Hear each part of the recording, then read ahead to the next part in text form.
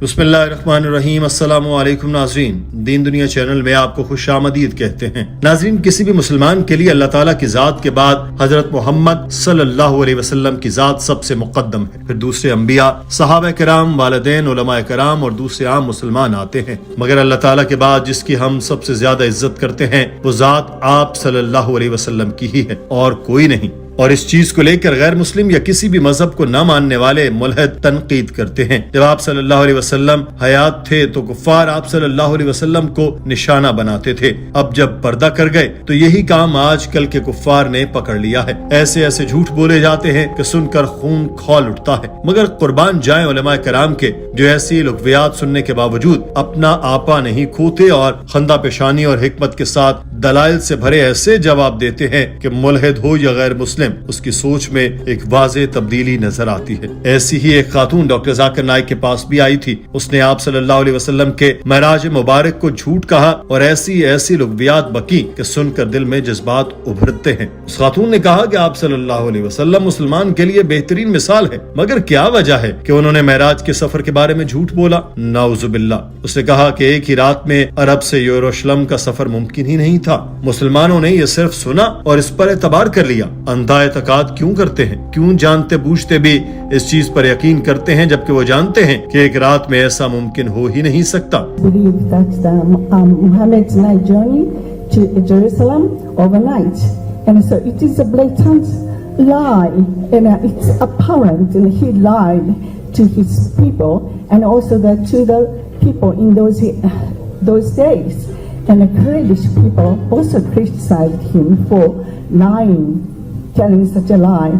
And then Muhammad said, and so he did it overnight. But people still believe in the lie. Doctor Zakir Naik نے اس خاتون کے سوال کا جواب دینے سے پہلے اس سے پوچھا کہ کیا یہ عیسائی مذہب سے تعلق رکھتی ہیں؟ اس خاتون نے جواب دیا کہ میں کسی مذہب سے تعلق نہیں رکھتی، فری تھنکر ہوں، یعنی دوسرے الفاظ میں یہ خاتون ملحد تھی۔ ڈاکٹر صاحب نے اس خاتون سے کہا کہ بائبل کہتی ہے کہ حضرت موسیٰ نے سمندر کو 2 ٹکڑوں میں تقسیم کر دیا۔ اس خاتون نے اتنا سن کر کہا کہ میں بائبل پر بھی یقین نہیں رکھتی، میں کسی مذہب کو مانتی ہی نہیں، تو کیسے ان باتوں پر یقین کر لوں؟ ڈاکٹر صاحب نے کہا کہ حوصلہ رکھیں بہن، میں نے ابھی جواب ختم نہیں کیا۔ اپنی بات جاری رکھتے ہوئے ڈاکٹر ذاکر نائک نے کہا کہ ہمارا یقین ہے کہ انبیاء علیہ السلام نے اللہ تعالیٰ کے حکم سے معجزات دکھائے، تو جب حضرت محمد صلی اللہ علیہ وسلم کے بارے میں قرآن پاک میں لکھا گیا کہ وہ پاک ہے جس نے راتوں رات اپنے بندے کو مسجد حرام سے مسجد اقصی تک سیر کرائی، جس کے ارد گرد ہم نے برکت رکھی ہے تاکہ ہم اسے اپنی کچھ نشانیاں دکھائیں، بے شک وہ سننے والا دیکھنے والا ہے۔ ہم نے قرآن پاک کے لکھے پر یقین کیا ہے۔ آپ پوچھیں کہ کیوں یقین کرتے ہیں تو میرا جواب ہوگا کہ خدا کا ایک معجزہ ہے۔ آپ بے شک ملحد ہوں گی مگر میں ملحد نہیں ہوں، میں مسلمان ہوں۔ یہی فرق آپ میں اور مجھ میں ہے۔ آپ کو پہلے یہ جاننے کی ضرورت ہے کہ خدا کا وجود ہے۔ جب تک آپ کو خدا کے وجود سے ہی انکار ہوگا آپ کیسے معجزات پر یقین کریں گے؟ He traveled from Makkah to the furthest mosque, that is Jerusalem. You saying, why do we believe in a lie? This is a miracle. You are a free thinker. I am not a free thinker. I am a Muslim. Doctor Zakir Naik نے اس خاتون سے کہا کہ آج کل مکہ سے یروشلم کا سفر ایک ہی رات میں ہو سکتا ہے، جہاز کے ذریعے آپ بھی جا سکتی ہیں اور میں بھی۔ اس وقت ہوائی جہاز نہیں تھے، آپ صلی اللہ علیہ وسلم نے جو سفر کیا وہ ایک معجزہ تھا۔ قرآن میں بہت سے معجزات کا ذکر ہے، جیسا کہ حضرت موسیٰ نے سمندر کو 2 حصوں میں تقسیم کر دیا۔ معجزہ وہ ہوتا ہے جو سائنسی اور منطقی طور پر ثابت نہ ہو سکے۔ معجزہ ایک عام انسان کی استطاعت سے باہر ہے۔ اگر ایک عام انسان کچھ کرتا ہے جس کو منطقی یا سائنسی طور پر ثابت کرنا ممکن نہ ہو، اسے معجزہ کہتے ہیں۔ اگر میں منطقی طور پر ثابت کر سکوں تو یہ آج کوئی معجزہ نہیں ہے۔ آج اگر میں کہوں کہ میں مکہ سے بیت المقدس کا سفر ایک رات میں کروں تو یہ کوئی معجزہ نہیں ہے۔ تو ہمیں یہ سمجھنا ہے کہ یہ خدا کے نبی ہیں جن کے ذریعے اللہ تعالیٰ معجزات دکھاتا ہے۔ خدا تعالیٰ انسانوں میں سے ایک آدمی کو منتخب کرتا ہے تاکہ وہ دوسرے انسانوں تک اپنا پیغام پہنچائے۔ ڈاکٹر ذاکر نائک نے قرآن پاک ہاتھ میں پکڑا اور کہا کہ میں یہ ثابت کر چکا ہوں کہ یہ کتاب ایک معجزہ ہے۔ قرآن میں 6000 سے زائد آیات ہیں، جن میں سے 1000 سے زائد آیات سائنس کے بارے میں ہیں، جو حال ہی میں سائنس نے دریافت کیا کہ بگ بینگ ہوا تھا، چاند کی روشنی اپنی نہیں ہے، سورج اپنے محور میں گردش کرتا ہے، وغیرہ وغیرہ۔ یہ وہ چیزیں ہیں جو ہمیں اسکول میں نہیں پڑھائی گئی تھی، مگر آج سائنس نے اس کی تصدیق کر دی۔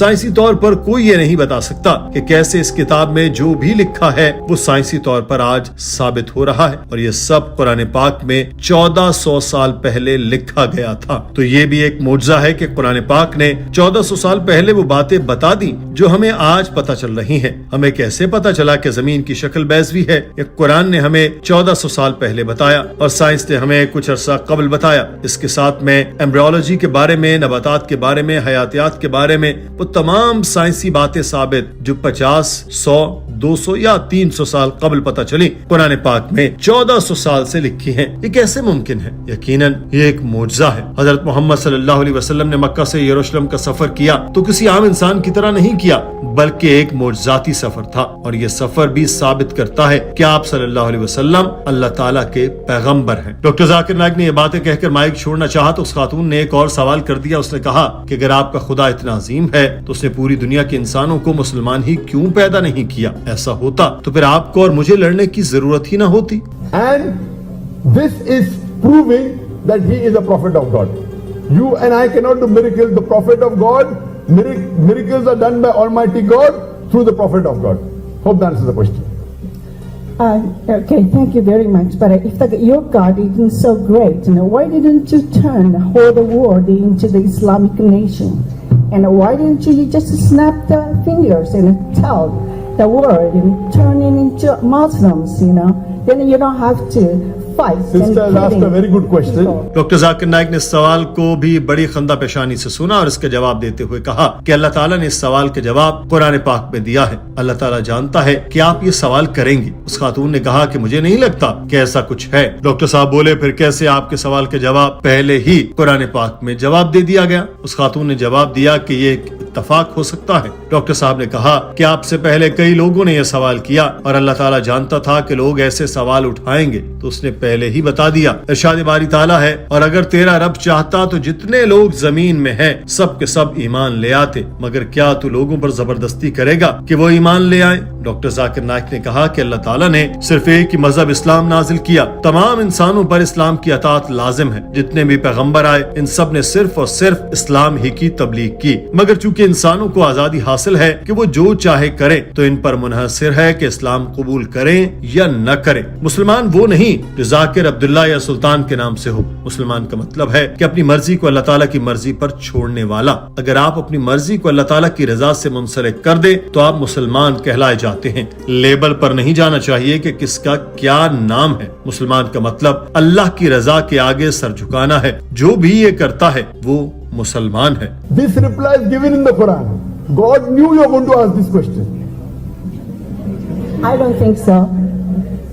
Then how's the reply already mentioned in advance? That is logic. It's a coincidence. Not many people asked before you. So God knew you were going to ask and God knew others are going to ask. Allah says in the Quran in Surah Yunus, chapter number 10, verse number 99, that if Almighty God wanted, He could have made all the people in the earth as Muslims. But why do you, that's the reason, don't force anyone to believe without their free will. Doctor Zakir Naik نے اس خاتون کو بتایا کہ اللہ تعالیٰ نے بہت سی مخلوقات تخلیق کی ہیں، انسان اور جنوں کے علاوہ خدا کی مخلوقات کی اپنی مرضی نہیں ہے۔ اگر سب کچھ وہی ہو جاتا جو خدا چاہتا تھا پھر فرشتے ہی کافی نہ ہوتے۔ فرشتوں کی اپنی کوئی مرضی نہیں ہے، جو خدا کہتا ہے وہ اس کی پیروی کرتے ہیں۔ اللہ تعالیٰ نے انسان کو خدا کی اطاعت یا نافرمانی کرنے کی آزادی دی۔ اگر اللہ سب کو فرشتوں جیسا بنا دیتا تو پھر امتحان کہاں رہتا؟ مثال کے طور پر ایک استاد طلبہ کو پڑھاتا ہے تاکہ ان کا امتحان لے، لیکن اگر امتحان میں تمام طلبہ کو ساتھ کتاب رکھ کر لکھنے کی آزادی ہو تو پھر امتحان کہاں کا ہوا؟ پھر تو سارا سال پڑھنے والے اور نہ پڑھنے والے برابر ہو گئے۔ سورہ ملک میں اللہ تعالیٰ فرماتا ہے کہ یہ خدا ہے جس نے موت اور زندگی کو پیدا کیا، تاکہ امتحان لے کہ تم میں سے کون اچھا ہے۔ سورہ بقرہ میں اللہ تعالیٰ نے فرمایا کہ یقیناً ہم تمہاری آزمائش کریں گے، خوف سے یا بھوک سے یا نقصان سے۔ اللہ تعالیٰ فرماتا ہے کہ آپ کے بچے، آپ کی بیوی، آپ کا مال ایک امتحان ہے۔ جو کوئی اس امتحان میں پاس ہو جائے گا، اللہ تعالیٰ انعام کے طور پر اس انسان کو جنت دے گا، جو ناکام ہو جائے گا اس کو جہنم ملے گی۔ ناظرین، آج کی ویڈیو کے بارے میں آپ کی رائے کیا ہے؟ اپنی رائے کامنٹ میں دیجیے۔ اپنا خیال رکھیے۔ اللہ حافظ۔